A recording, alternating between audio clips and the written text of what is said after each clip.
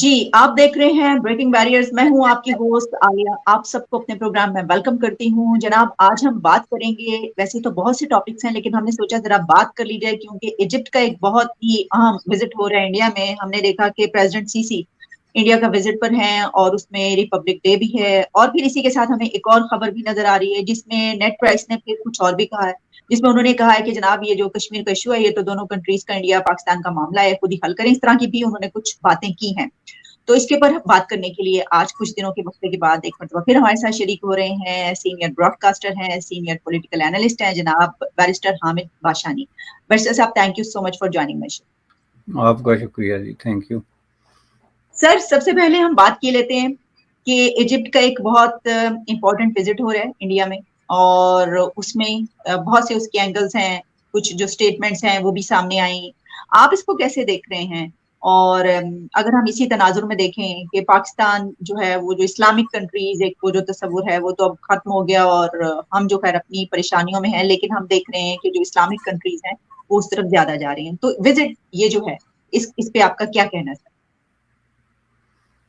دیکھیں جی، یہ جتنا امپارٹنٹ لگتا ہے بظاہر اس سے کہیں زیادہ امپارٹنٹ ہے اگر اس کو پراپر جو ہے پرسپیکٹو میں رکھ کے دیکھا جائے کہ مصر کا جو لیڈر ہے وہ جسٹ انڈیا کو وزٹ نہیں کر رہا ہے بلکہ ریپبلک ڈے پہ ایز اے گیسٹ وہ وہاں پہ موجود ہے. تو اس کا جو ہے نا وہ جو میتھ بسٹرز آپ کہتے ہیں بہت ساری باتوں میں، جس کو آپ دعوت فکر بھی کہتے ہیں، invitation to think about the things, بہت ساری آپ کی جو ہے وہ برین اسٹارمنگ اور اس طرح کی دعوت اس میں ہے. چونکہ بنیادی طور پہ اس کے ساتھ بہت سارے ایشو جڑے ہوئے ہیں. ایک ایشو تو یہ ہے کہ پاکستان میں ایک عرصے سے جو آفیشلی ایک نیریٹو تیار کیا جا رہا ہے with in the official circles of Pakistan اور انٹرنیشنل سرکلز میں بھی، مختلف فورمز پہ بھی، یونائٹڈ نیشن سے لے کے ہیومن رائٹس کمیشن جو ہے اس تک، کہ جی انڈیا کی پالیسیز جو ہیں وہ اینٹائی مسلم جو ہے وہ فوکس ہے. تو آپ کا کوئی بھی پرائم منسٹر ہو، خواہ وہ چلے جانے والا پچھلا جو اپوزیشن میں بیٹھا ہے یا نیا آنے والا ہو، اس کی ممکنہ ورشن تھوڑا بہت ڈیفرنٹ ہو، لیکن جو ایکچوئل ایک نیریٹو ڈیولپ کیا جا رہا ہے اسٹیٹ کی طرف سے یہ، اور یہی وجہ ہے کہ ہم انڈیا کے ساتھ جو ہے وہ تعلقات نارملائز نہیں کر سکتے، یہ ان کا ورشن ہے. اور اس کو وہ کشمیر کی سچویشن سے بھی جوڑتے ہیں، اور خود انڈیا کے اندر جو پچھلے عرصے میں ایک ہندو مسلم تفرقہ پیدا کرنے کی کوشش کی گئی تھی اس سے بھی جوڑتے ہیں. یعنی ان کا کہنے کا مطلب یہ تھا کہ انڈیا کے ساتھ ہمارے تعلقات نہ ہونے کی وجہ یہ ہے کہ انڈیا جو ہے وہ مسلمانوں کو ڈسکریمنیٹ کر رہا ہے یا نیگیٹیولی ڈیل کر رہا ہے یا وہ اہمیت نہیں دے رہا. لیکن جتنے عرصے میں اس پروپیگنڈا کو پاکستان میں اسٹیبلش کیا گیا گزشتہ 5-10 سالوں کے دوران، اسی عرصے میں انڈیا نے بہت بڑا بریک تھرو کیا مسلم ورلڈ میں، جس کی وجہ سے یہ جو میتھ بسٹنگ کا میں نے بات کی تھی کہ یہ جو مغالطہ پھیلایا گیا تھا اس سے ہوا نکل گئی، جو غبارہ مصنوعی. چونکہ اب ظاہر ہے ان ملکوں میں جن کے ساتھ انڈیا کے تعلقات بہت زیادہ جو ہے بڑی بڑی سیلنگز توڑ کے تو ایک سٹیج پہ پہنچ گئے، وہ تو زیادہ مسلمان ہیں مختلف طریقوں سے. مختلف طریقوں سے مطلب یہ ہے کہ وہاں تو ایک تو 99.9% سے بھی زیادہ مسلمان ان ملکوں میں، سعودی عربیہ ہوا یا یو اے ای ہو گیا یا مصر جیسے ملک ہو گئے. سیکنڈلی وہ لیڈنگ ہیں انٹلیکچولی بھی اور ریلیجسلی بھی، ہر اعتبار سے ان کے پاس ایک لیڈنگ رول ہے جس کو پاکستان نے بہت عرصہ سپرسیڈ کرنے کی کوشش کی، جو وہ نہیں کر سکتے.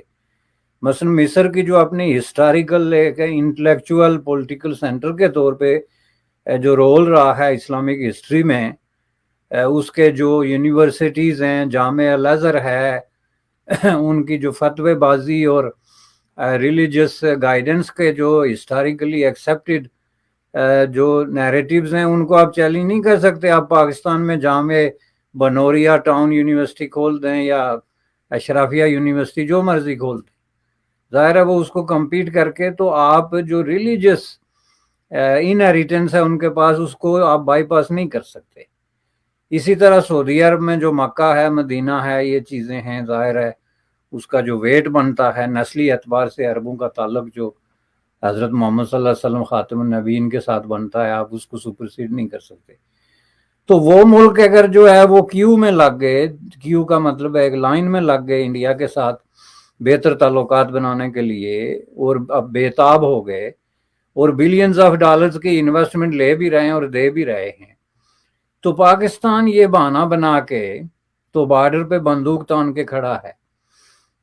تو وہ جو ہے آ کے تو ریپبلک ڈے پہ بھارت کی جو اچیومنٹس ہیں ان کو اپریشیٹ کر رہے ہیں، جیسے آپ نے ابھی بتایا جو ایجپٹ کا لیڈر ہے ایل سی سی، اس میں دیکھیں کہ آپ کو حیرت ہوگی کہ ایجپٹ جو ہے وہ پاکستان سے کوئی امیر ملک نہیں ہے۔ اگر آپ اس کو کوئی فائنینشیل گین اور لاس کی بات کرتے ہیں، they are in the same mess and they are in the same troubles۔ I M F کے ساتھ بھی ان کی وہی ہسٹری ہے جو پاکستان کی رہی ہے۔ سعودی عرب نے بھی ان کو آخر میں وہی جواب دیا ہے جو اس نے پاکستان کو دیا ہے کہ ہم 30 سال سے آپ کو پیسے دے رہے ہیں، پہلے آپ یہ بتائیں وہ پیسے کدھر گئے۔ اب اس کا مطلب یہ ہے کہ یہ کوئی بہت زیادہ فائنینشیل گین بھی انڈیا کے لیے نہیں ہے، لیکن just to put the record straight تاکہ پاکستانی پالیسی میکرز کی کو آنکھیں کھلیں کہ اس وقت انڈیا کی 38 کمپنیز ایسی ہیں جنہوں نے ایجپٹ میں انویسٹمنٹ کی ہوئی ہے، 38 کمپنیز، اور وہ جو انویسٹمنٹ ہے وہ تقریباً 3-4 بلین ڈالر بنتی ہے۔ اب 3-4 بلین ڈالر کتنا پیسہ ہوتا ہے جس پہ آئی ایم ایف گزشتہ 2 سال سے پاکستان کے حکمرانوں کو ایسی نوبت تک لے گیا کہ وہ ننگا ناچ ناچنے پہ مجبور ہو گئے۔ اس کی تان پہ وہ کوئی بھی جو تان ہے اس پہ ناچنے کے لیے تیار ہیں، جیسے کہ ابھی پرائم منسٹر نے کہا کہ ہم نے آئی ایم ایف کی ہر شرط مان کے پروگرام میں شامل ہونا چاہتے۔ تو یہ 3-4 بلین ڈالر کی گیم ہے جو انڈین کمپنیز نے یہ سمندر پار کر کے تو افریقہ کے اس سر پہ جا کے تو ایک عرب سپیکنگ ٹوٹل مسلم پاپولیشن جو ہے اس میں انویسٹ کی ہے۔ اس کے جواب میں آپ اگر دوسری طرف دیکھیں تو ایجپٹ کے جو ایکسپورٹ ہے اس میں وہ 3rd لارجسٹ پارٹنر اس وقت جو ہے وہ انڈیا ہے۔ اب انڈیا ایجپٹ سے کیا لے رہا ہے جو آپ نہیں بیچ سکتے؟ ایجپٹ ایسی کون سی مشینریز یا کوئی ہائی ٹیکنالوجی کر رہا ہے؟ اسی طرح جو ہے وہ 5th لارجسٹ ٹریڈنگ پارٹنر ہے وہ انڈیا کا۔ آپ کہتے ہیں کہ ہم واگا پہ جا کے تو اپنے جوانوں کو گھی مکھن اور پتہ نہیں کیا کیا کھلا کے تو ان کی ٹانگیں موٹی کر کے اونچی کرتے رہیں گے۔ اس کمپٹیشن کے علاوہ ہمارا کوئی اور معاملہ جو ہے وہ انڈیا کے ساتھ نہیں بن سکتا۔ یہ جو 3 بلین 4 بلین 5 بلین ڈالر کی خاطر آپ پاکستان کے عوام کو بھوکا مارنے پہ راضی ہو گئے ہیں، چونکہ آئی ایم ایف کی شرائط جو ہیں وہ کوئی ڈھکی چھپی بات نہیں ہے۔ اس میں آپ نے آلو پیاز سے لے کے آٹا چینی سے لے کے چاول تک ہر چیز کی پرائسز جو ہیں وہ ڈبل اور ٹرپل ایکسیپٹ کرنی ہیں، اور یہ چیزیں عوامی جو ہے ضروریات کی چیزیں، اشرافیہ تو ہزاروں سال تک ان ضروریات کو حاصل کرنے کی پوزیشن میں ہے، جس کا مطلب یہ ہے کہ آپ نے یہ شرائط اپنے عوام کے خلاف مانی اور ان کو ذبح کرنے کا ایک منصوبہ جو ہے وہ آپ نے اتنی محدود رقم پہ تیار کیا کہ میں آپ کو گارنٹی دیتا ہوں کہ آج آپ واگا بارڈر کھول دیں انڈیا کا جو ٹریڈ ہے سینٹرل ایشیا کے ساتھ، تو آپ اس سے 4 گنا زیادہ جو ہے ریونیو اکٹھا کر سکتے ہیں۔ تو اس کا مطلب کیا ہوا کہ بیچ میں اصل پرابلم جو ہے وہ پاکستان کا مائنڈ سیٹ ہے۔ تو مصر پہ میں نے اتنا زور اس لیے دیا کہ وہ آپ سے بڑا اسلامی ملک ہے، آپ سے زیادہ جو اسلامی ورثے کا وارث ہے، تو اگر آپ اس طریقے سے اس کو ٹیکل نہیں کرتے اور انڈیا کے ساتھ بیسٹ قسم کی فرینڈشپ جو ہے وہ قائم کرنا چاہتے ہیں، تو آپ لوگ جو ہے وہ کیا چاہتے ہیں؟ یہ سوال جو ہے ہمیشہ ایک سوال رہے گا جب تک اس میں جو ہے آپ یہ دیکھیں کہ ابھی آپ کے پرائم منسٹر نے اوپنلی ایڈمٹ کیا کہ ہم سے بہت بڑی سنگین غلطیاں ہوئی ہیں، اس میں سویلین اور ملٹری لیڈرشپ شامل ہے، اور یہ غلطیاں ہوئی ہیں کس باب میں؟ انڈیا کے ساتھ ریلیشن شپ کرنے کے لیے، اور ہم نے اپنا سبق سیکھ لیا ہے اور ہمیں اب جو ہے ایک نئے ذہن کے ساتھ آگے آنا چاہیے۔ دوسرے دن اس کے آفس سے جو ہے وہ بیان آ جاتا ہے کہ نہیں جی کشمیر کے مسئلے کے بغیر جو 370 وغیرہ کا ہے ہماری انڈیا سے بات نہیں ہو سکتی۔ اس کا مطلب ہے کہ آج بھی پاور کے سینٹرز جو ہیں آپ کے پاکستان میں وہ ملٹیپل ہیں، جس کے ہاتھ میں بندوق ہے، جس کے ہاتھ میں پیسہ ہے، جس کے ہاتھ میں 4 ووٹ ہیں اس نے اپنا سینٹر کھولا ہوا ہے.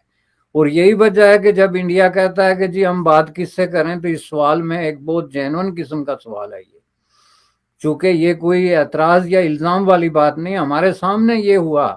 آپ گزشتہ 5 سال کی ہسٹری دیکھیں، اگر عمران خان نے کوئی اوپننگ کرنے کی کوشش کی یا اس کی کابینہ نے کوئی انویسٹمنٹ اور ٹریڈ کی بات کی انڈیا کے ساتھ، کسی ایک منسٹر نے تو دوسرا بندوق لے کے کھڑا ہو گیا، کسی ایک نے ہوا وہ باجوہ ہو یا کوئی اور ملٹری لیڈر، اس نے اگر نارملائزیشن کی بات کی تو پرائم منسٹر ہاؤس سے جو ہے وہ بیان آ گیا. تو آپ جب خود بخود اپنے آپ کو اس طرح کی سچویشن میں ڈال رہے ہیں کہ آپ دنیا بھر میں کشکول لے کے گھومیں اور آپ کی پالیسیوں میں کوئی تبدیلی نہ آئے اور لوگ آپ کو پیسے بھی دیں، تو یہ ناممکن ہے. بیرسٹر صاحب، آپ نے بہت تفصیلی روشنی ڈالی کہ انڈیا کے republic day per president of Egypt visit کر رہے ہیں اور جو ہماری سچویشن ہے وہ ہمارے سامنے ہے. تو اسی سے جڑا ہوا یہ دوسری خبر بھی ہے. تو ہم نے یہ دیکھا کہ امریکہ کی طرف سے بیان آ گیا. نیٹ پرائس آپ جانتے ہیں، وہ اکثر اوقات بریفنگ میں جب ان سے سوال ہوتے ہیں انڈیا پاکستان پہ تو اس کا جواب دیتے ہیں، ان سے سوالات ہوئے. انہوں نے اس کے اوپر یہ کہا کہ جو کشمیر ہے وہ بائی لیٹرل ایشو ہے، انڈیا اور پاکستان کے بیچ کا معاملہ ہے، اور دونوں کو مل کر جو ہے وہ اس کے اوپر جو بھی ڈائیلاگ کریں، جو بھی کرنا ہے دونوں کنٹریز کریں گے. یعنی ایک طرح سے انہوں نے کہا کہ بھئی ہمیں کیوں آپ بیچ میں لاتے ہیں، ہمیں کیوں.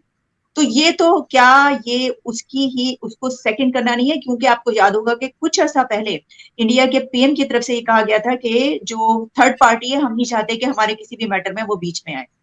تو اس کا مطلب یہ ہے کہ وہ یہ کہہ رہے ہیں کہ بھائی تو پھر یہ ایشو جو ہے ہم تو دیکھتے ہی امریکہ کی طرف ہے اس کے لیے. نہیں، یہ تو میرے نزدیک خبر ہے ہی نہیں جی. یہ تو ایک ایسا نیریٹو ہے یونائٹڈ اسٹیٹ آف امریکہ کی طرف سے جو ڈے 1 یعنی تقریباً 1948-49 سے لے کے تو ایک ریکگنائز قسم کا ویل ایکسیپٹیڈ ویل ڈاکومنٹڈ ایک جو ہے وہ نیریٹو ہے. آپ جو پیچھے سے پیچھے ہیری ٹرومین وغیرہ لوگوں سے لے کے تو آتے جائیں، آپ پریزیڈنٹ کینیڈی کے سارے دستاویزات اٹھا کے پڑھیں جس نے سب سے زیادہ انویسٹ کیا اپنے آپ کو مسئلہ کشمیر حل کرنے کے لیے. He was one of the top president جس نے ریئلی پرسنل انٹرسٹ لی. آپ اس کے ڈاکومنٹ پڑھنے شروع کریں تو پالیسی میں اس نے سب سے پہلے انڈیا اور پاکستان کو وارن کیا تھا کہ اگر آپ اپنے معاملات کو آپس میں حل نہیں کرتے، وہ تھوڑا سی سوچ کا آدمی تھا کہ انڈیا پاکستان بہت زیادہ پیسے اپنی فوجوں پہ اور جھگڑے پہ خرچ کر رہے ہیں، تو اگر آپ حل نہیں کرتے تو ہم سٹیٹس کو جو ہے اس کو مسئلے کا حل قرار دینے پہ مجبور ہو جائیں گے. یہ پہلے اس نے باقاعدہ وربل بات کی، پھر خطوط لکھے دونوں کو.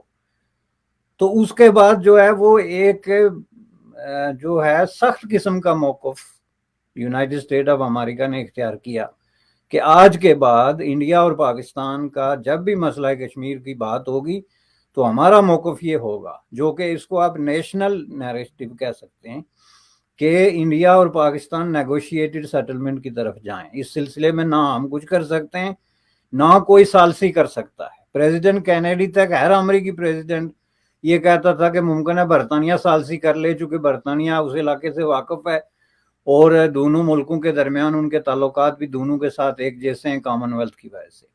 لیکن اس کے بعد انہوں نے ہاتھ اٹھا لیے. اب کینیڈی سے لے کے اوباما سے ہوتے ہوئے آپ ٹرمپ اور جو بائیڈن کا دیکھیں، اس میں ٹرمپ واحد آدمی تھا جو ظاہر ہے کہ اس نے کہا کہ ہم ثالثی کر سکتے ہیں، which was just a statement and he took it back، اور اس کا بہت بڑا ری ایکشن بھی ہوا تھا. ایک چیز یہ ہے، یہ صرف یونائٹڈ اسٹیٹ آف امریکہ کی بات نہیں کر رہا، یہ میڈیا کا ایکسیس کا اور فریڈم آف انفارمیشن کا دور ہے. آپ جا کے اسٹیٹ ڈپارٹمنٹ کے ڈاکومنٹس دیکھ لیں کہ آپ ان کی مسئلہ کشمیر پہ پالیسی کیا ہے. پالیسی یہ ہے کہ صرف negotiated settlement between India and Pakistan without arbitration یا کسی تھرڈ پارٹی انٹروینشن کے ممکن ہے. اسی طرح آپ برطانیہ کو دیکھیں، فرانس کو دیکھیں، جاپان کو دیکھیں، چین کو دیکھیں جو آپ کا ہمالیہ سے اونچا اور سمندروں سے گہرا دوست کہلاتا ہے. اس کے ڈاکومنٹس دیکھیں، ساری statements from day 1 right from, اس میں آپ دیکھیں انہوں نے کلیئر کیا ہے کہ یہ صرف آپ آپس میں حل کر سکتے. ابھی لیٹسٹ مشورہ بھی انہوں نے یہی دیا تھا. تو اس کا ایک پہلو تو یہ ہو گیا. اس میں خبر کیا ہے؟ یہ صرف خبر یہ ہے کہ پاکستان کا بھی اتنے بڑے واضح قسم کے نیریٹو کو ایز اے ریئلٹی ایکسپٹ کرے گا, ڈائجسٹ کرے گا اور پروسیس کرے گا. دوسرے نمبر پہ باری آ گئی انڈیا کی. تو انڈیا کا تو day one right from Pandit Jawahar Lal Nehru and right from 1948-49 جب مسئلہ کشمیر اینڈ اپ ہوا تھا یونائٹڈ نیشن میں, اور نہرو کو یہ اندازہ ہوا کہ یہ بہت بڑا بلنڈر ہو گیا اور اب اس سے ڈیل کرنے کا واحد طریقہ یہ ہے کہ انٹرنیشنل انٹرونشن جو ہے اس کے دروازے کھولنے کے بجائے بند کیے جائیں. چنانچہ وہاں سے لے کے جو نئی پالیسی ڈیولپ ہوئی, جس کو بعد میں نرسمہا راؤ نے اور واجپئی صاحب نے اور اس کے بعد مودی صاحب نے اس کو ایک طرح کا یعنی پتھر پہ لکیر بنا دی کہ ہم کسی تیسری پارٹی کی کسی قسم کی کوئی انٹرونشن, کوئی آربیٹریشن یا کوئی مشورہ قبول نہیں کریں گے. پاکستان نے اگر بات کرنی ہے تو ہم سے ڈائریکٹ بات کرے. اور جہاں تک ہماری بات کرنے کا تعلق ہے, پہلے آپ خود ہی بتائیں, جو میں نے شروع میں کہا تھا کہ بات کس سے کریں. ملٹری لیڈرشپ سے کریں, سویلین لیڈرشپ سے کریں, اور سویلین لیڈرشپ تو اس کو تو کوئی پکڑ ہی نہیں سکتا. ایک آتا ہے, دوسرا جاتا ہے, دوسرا آتا ہے, تیسرا بندوق لے کے راستے میں کھڑا ہو جاتا ہے. تو ظاہر ہے سویلین لیڈرشپ کہیں بیٹھے گی تو اس سے بات ہوگی. تو ان دونوں چیزوں کو اگر آپ جوڑ کے دیکھیں تو this is very very depressing picture of Pakistan failure on international issues as well as جو کشمیر کے حوالے سے ان کا ایک خواہشات پہ مبنی ایک تصوراتی قسم کا, ایک امیجنری قسم کا ایک سلوشن ان کے ذہن میں ہے, جس کا حقائق کی دنیا سے کوئی تعلق نہیں. تو یہ دونوں خبریں آپ جوڑ کے دیکھیں تو مسلمانی کا جو کارڈ آپ کھیل رہے تھے اس کی آپ آج دیکھ لیں. مصر اور بھارت, مصر اور سعودی عربیہ اور بھارت, یونائٹڈ عرب امریٹس اور بھارت کے درمیان تعلق کو, تو وہ کارڈ تو پٹ گیا. آپ کا ملک جو ہے اس وقت ڈوب رہا ہے. آپ کی جو یارڈز ہیں, کیا کہتے ہیں ان کو, جو سمندری ڈاکس ہیں, ان پہ کئی جہاز کھڑے ہیں جس میں لائف سیونگ ڈرگز ہیں جو لوگوں تک نہیں پہنچ رہے. آپ کا جو لائن آف کریڈٹ LOC ہے بینکوں کی, وہ بینک نہیں کھول رہے ہیں, جو کہ خبر پاکستانی میڈیا میں بلیک آؤٹ کی جا رہی ہے. 6,000 سے زیادہ کنٹینر جو ہیں وہ ہیں. اب کہا جا رہا ہے کہ ان کے شاید وہ وداؤٹ اینی پیمنٹ اس کو کر رہے ہیں یا کیا کر رہے ہیں, کچھ ایسا. یہ سری لنکا کے ساتھ ایگزیکٹلی یہیں سے شروع ہوا تھا. This is one of the top جو ہے نا انڈیکیٹر کہ ملک ٹربل میں ہے. آپ جو ہے ایک دوسرے کے آپ اوپر آپ نے بندوقیں تانی ہوئی ہیں, IMF کے آگے آپ نے ہاتھ جوڑے ہوئے ہیں, اور کشکول چمکا کے آپ ادھر ادھر بھاگ دوڑ کر رہے ہیں. حالت یہاں تک پہنچ گئی ہے تو آپ اب کیا بھارت کے ساتھ کمپیئر کریں اور کیا ریپبلک ڈے کی بات کریں. ٹھیک, تو اسی میں ایک اور خبر وہ چل رہی ہے تو آپ سے مختصر سے چاہوں گی اس کے پر اگر آپ کامنٹ کرنا چاہیں, کیونکہ ہم پاکستان اور انڈیا کی بات کر رہے ہیں. تو وہ مائک پومپیو صاحب جو فارمر سیکرٹری اسٹیٹ, انہوں نے کتاب لکھی ہے جس میں انہوں نے کہا کہ 2019 میں جو پلوامہ اور پھر بالا کوٹ ہوا, اس کے بعد ان کو کال آئی آدھی رات کو انڈیا ایک اتھارٹی کی طرف سے, جس میں یہ کہا گیا کہ جو پاکستان ہے وہ حملہ نہ کر دے, یہ تیار ہے اس کے لیے. نیوکلیئر وار کی بات کی گئی تو پھر انہوں نے جو ہے وہ امریکہ نے اس کو نہیں ہونے دیا. تو اس طرح کی کیا واقعی ہم اتنے بے عقل ہیں کہ ہم نیوکلیئر وار تک اسٹارٹ کر سکتے ہیں؟ اس سے تو یہ پتہ چل رہا ہے کہ کبھی بھی ایسا کوئی موقع آ سکتا ہے. نہیں, یہ پہلی بات ہے کہ میں یہ نیریٹو جو ہے اس کو مانتا ہی نہیں ہوں کہ ہم بہت عقل مند ہیں اور ہم کبھی جو ہے نیوکلیئر ہتھیار استعمال نہیں کریں گے. چونکہ اگر ایسی بات ہے تو کیا آپ نے یہ نیوکلیئر ہتھیار جب بنائے تھے تو وہ سارے بے عقل لوگ تھے؟ یہ تو ایک بڑا سوال ہے. ذرا آپ سوچیں کہ آپ نے دنیا کا ایک موسٹ ڈینجرس ڈسٹرکٹیو قسم کا ہتھیار بنایا ہے, بلینز آف ڈالر آپ نے خرچ کیے ہیں, اور آپ وہ بنانے کے بعد آپ ریپیٹڈلی یہ کہہ رہے ہیں کہ نہیں جی یہ ہم نے ویسے ہی بنا دیا. اس کا کوئی اینی سیکنڈ پرپز اگر ہے تو وہ آپ مجھے بتائیں. یہ جن لوگوں نے بنایا وہ سارے مر نہیں گئے, نہ وہ نیریٹو ختم ہوا, نہ وہ مینٹلٹی کلین ہوئی ہے. پاکستان میں آج بھی وہ مائنڈ سیٹ موجود ہے. 2019 میں یہ جو پٹھان کوٹ اور اس طرح کا واقعہ ہوا تھا, اس وقت ڈیفینیٹلی وہ مائنڈ سیٹ جو ہے انسسٹ کر رہا تھا کہ ہمیں چھوٹے ہتھیار جو ہیں تو جو نیوکلیئر کے وہ پاؤ کے ہیں وہ ہم یوز کریں. سوال یہ پیدا ہوتا ہے کہ آپ کیسے اس سے انکار کر سکتے ہیں. آپ کا جو منسٹر آف ڈیفینس ہے یا انٹیریئر منسٹر ہے وہ جب کہتا ہے کہ یہ ہتھیار ہم نے کوئی پوجا کرنے کے لیے نہیں بنائے ہوئے ہیں، مارنے کے لیے بنائے ہوئے ہیں، تو پاکستان ایکولی ڈیوائیڈڈ ہے. There could be some people believe in sanity, اور جو کچھ ہوش و حواس رکھتے ہیں ممکن ہے وہ یہ کہہ دیتے ہیں کہ ہم نہیں یوز کریں گے، لیکن اس سے کہیں گنا زیادہ لوگ آپ کی خواہ وہ ملٹری لیڈرشپ میں ہے یا سیولین میں، جو ابھی ریسنٹ کابینہ میں جو منسٹر رہے ہیں پرانی حکومت میں، وہ تو بات بات پہ یہ دھمکی دیتے رہے کہ ہم جو ہے نیوکلیئر یوز کریں گے. اور یہ بالکل صحیح سٹیٹمنٹ ہے مائک پومپیو کی طرف سے، ایتھینٹک سٹیٹمنٹ ہے. ایسے معاملات میں کسی ملک کے کسی آنریبل منسٹر کو یا ہائی پروفائل پالیٹیشین کو کوئی ضرورت نہیں کہ وہ انڈیا پاکستان کے جھگڑے میں کوئی جھوٹ یا غلط بیانی سے کام لے. Is real, is very scary and it has to be taken care of.